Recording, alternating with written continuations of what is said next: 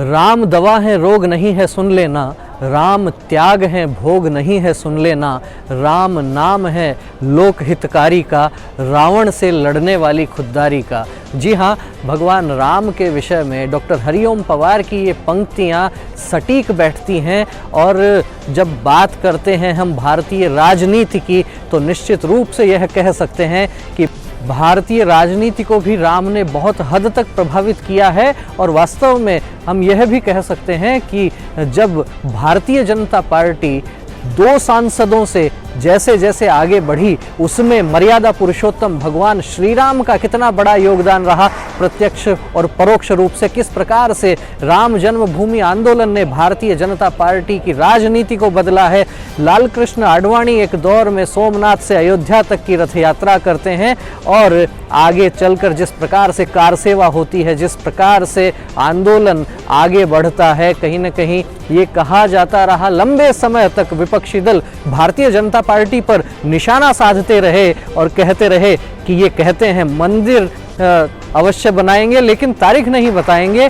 तो तारीख भी आ गई, मंदिर का भव्य निर्माण भी शुरू हो गया। लेकिन आज हम ये बात कर रहे हैं जयपुर में, और जयपुर में ये बात इसलिए हो रही है क्योंकि राजस्थान भाजपा प्रदेश कार्य समिति की जो बैठक यहाँ हो रही है, इसमें आप देख सकते हैं कि जिस प्रकार से सांस्कृतिक प्रदर्शनी यहाँ लगाई गई है, उस प्रदर्शनी में भगवान राम का एक बहुत बड़ा चित्र यहाँ लगाया गया है। और केवल भगवान राम का चित्र ही नहीं, अपितु भगवान राम के चित्र के समक्ष जिस प्रकार से भव्य मंदिर का भी चित्र लगाया गया है, ये कहीं ना कहीं एक मैसेज दिया गया है कार्यकर्ताओं को कि हम अपनी विचारधारा के प्रति कितने प्रतिबद्ध हैं।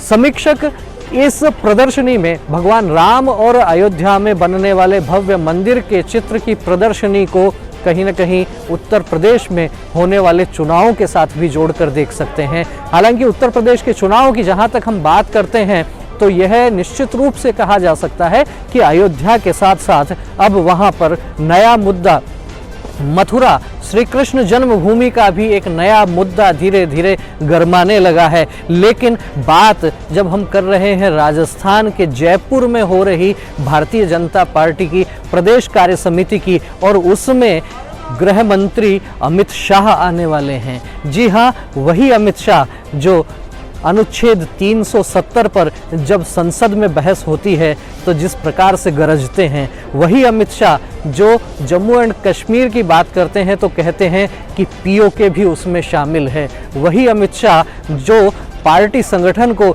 एक नई दिशा देते हैं और एक आक्रामक तरीके से भारतीय जनता पार्टी के कार्यकर्ता जब अपनी बात रखते हैं तमाम मीडिया प्लेटफॉर्म्स पर, हम सब ने देखा है कि अमित शाह जब पार्टी के राष्ट्रीय अध्यक्ष बनते हैं तब से किस प्रकार के परिवर्तन पार्टी की शैली में, पार्टी की रीति नीति में और पार्टी की जिस मुखरता के साथ में अपने विषय रखती आई है। तो कहीं ना कहीं इस कार्य समिति में जो प्रदर्शनियां लगी हुई हैं, उनमें भी निश्चित रूप से अमित शाह के स्वभाव को ध्यान में रखकर यहाँ की प्रदर्शनियां तैयार की गई हैं। बहरहाल भगवान राम और अयोध्या में बनने वाले राम मंदिर के मॉडल को यहाँ प्रदर्शनी में मुख्य रूप से स्थान दिया गया है। बहुत बड़ा चित्र यहाँ लगाया गया है और साथ ही अनेक महापुरुषों के चित्र भी यहाँ लगाए गए हैं। भाजपा की इस प्रदेश कार्य समिति में जिस प्रकार से सांस्कृतिक महत्व को भी बहुत हद तक रेखांकित किया गया है, यहाँ की जो प्रदर्शनी है हम देख सकते हैं जिस प्रकार से बिरसा मुंडा का चित्र लगाकर एक संदेश देने का काम किया गया है। पिछले दिनों जिस प्रकार से प्रधानमंत्री नरेंद्र मोदी ने, केंद्र सरकार ने जिस प्रकार से जनजातीय गौरव दिवस के नाम से बिरसा मुंडा की जयंती मनाने की बात की थी, कहीं ना कहीं यहाँ इस कार्य समिति में भी यह संदेश दिया गया है। जनजाति समाज के गौरव, जिनका स्वतंत्रता संग्राम में बहुत बड़ा योगदान रहा, उनका यहाँ चित्र लगा है। और हम पीछे और देख सकते हैं महाराणा प्रताप का, जिन्होंने बहुत हद तक सहयोग किया। हम कहते हैं कि महाराणा प्रताप के साथ में जिन्होंने हर प्रकार से, और जब सेना के गठन की बात आई, जब बात आई हथियारों की, तो राणा के पास नहीं पैसा, पैसे के बिना नहीं सेना, तब भामाशाह बढ़ा आगे लेकर रुपया पैसा गहना। ऐसे भामाशाह का भी चित्र यहाँ सांस्कृतिक प्रदर्शनी के तहत लगाया गया है।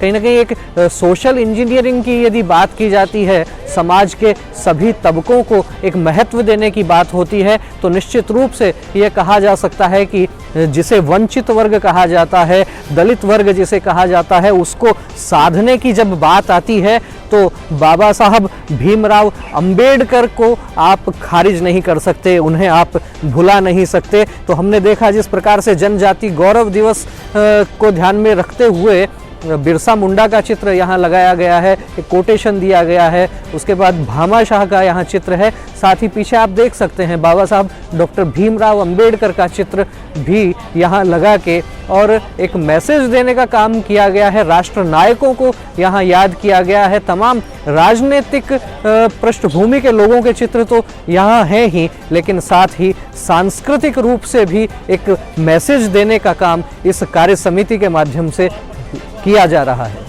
तो सांस्कृतिक प्रदर्शनी की जब हम बात कर रहे थे, बिरसा मुंडा, भामाशाह, बाबा साहब डॉक्टर भीमराव अंबेडकर, और इस श्रृंखला में आगे बढ़ते हुए हम देख सकते हैं महाराजा सूरजमल का चित्र भी यहाँ लगा के और एक मैसेज देने का काम किया गया है। जैसा कि मैं कह रहा था कि सांस्कृतिक प्रतीकों के माध्यम से, सांस्कृतिक प्रेरणा पुरुषों के माध्यम से एक सोशल इंजीनियरिंग का काम भारतीय जनता पार्टी कर रही है। कहीं ना कहीं अपने महापुरुषों को ध्यान में रखकर उनके गौरव को, और जो है यहाँ से कार्य समिति में जितने लोग आए हैं वो एक प्रेरणा लेकर आगे बढ़ें, इस प्रकार से एक विशेष सांस्कृतिक प्रदर्शनी लगातार एक तरफ जहाँ राजनीतिक हस्तियों के चित्र हैं, उनके कोटेशन हैं, उसके साथ साथ यहाँ पर सांस्कृतिक जो प्रतीक चिन्ह हैं उनके भी यहाँ चित्र लगाए गए हैं। आगे हम देख सकते हैं जिस प्रकार से ये श्रृंखला प्रारंभ हुई, बिरसा मुंडा से